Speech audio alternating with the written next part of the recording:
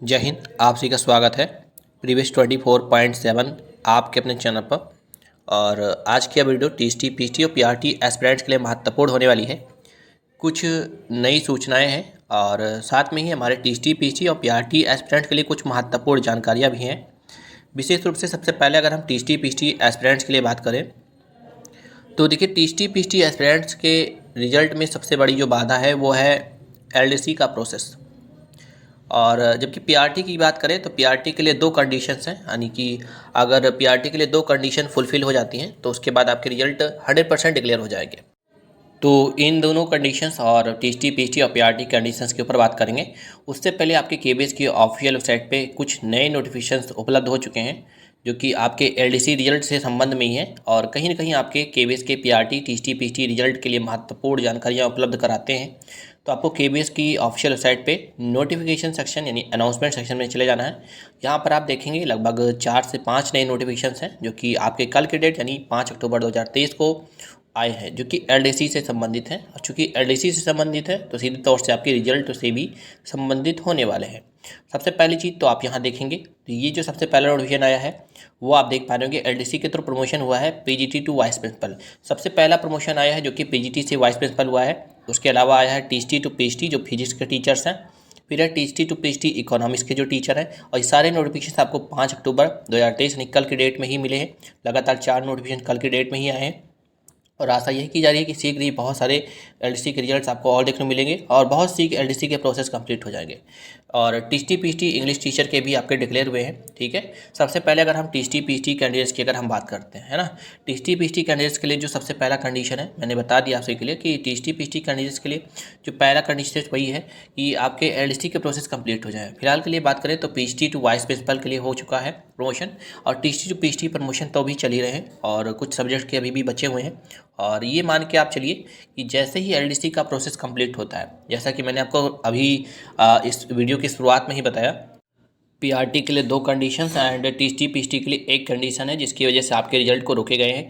सबसे पहले हम टीएसटी पीएचडी को ऊपर बात कर लेते हैं, है ना। तो टीएसटी पीएचडी कैंडिडेट्स के लिए तो आप सभी जान ही रहे होंगे कि जैसे ही आपके एलडीसी के प्रोसेस कंप्लीट होते हैं कुछ पोस्ट को छोड़ करके बाकी सभी पोस्ट के रिजल्ट को डिक्लेयर कर दिया जाएगा, क्योंकि कोर्ट केस चल रहे हैं और जो चीटिंग का कोर्ट केस है वो स्पष्ट रूप से आपके रिजल्ट को प्रभावित करने वाला है। हालांकि केबीएस बाध्य नहीं है इस बात के लिए कि आपके रिजल्ट को होल्ड करे, है ना। केबीएस आपके रिजल्ट को निकाल सकती है चाहे कोई भी कोर्ट केस चल रहा हो, क्योंकि सुप्रीम कोर्ट से ऑर्डर आ चुका है।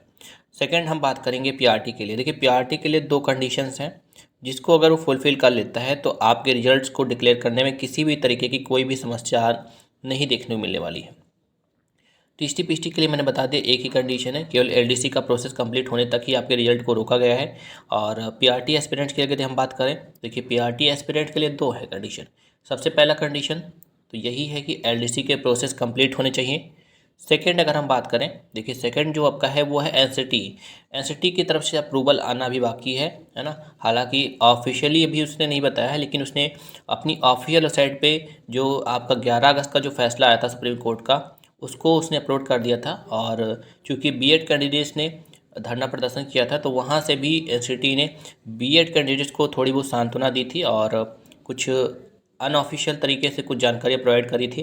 तो एनसीटी की तरफ से भी अभी अप्रूवल आना बाकी है।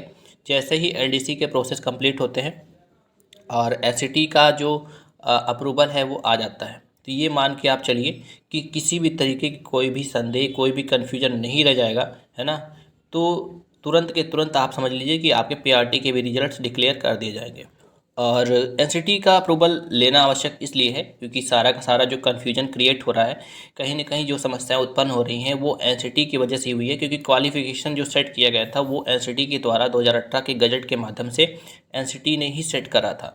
और वही उसी जो 2018 का जो गजट था उसी के कारण से ही ये सारी की सारी समस्याएं जो बीएड वर्सेस बीटीसी का जो मामला चला है वो उसी का कारण है।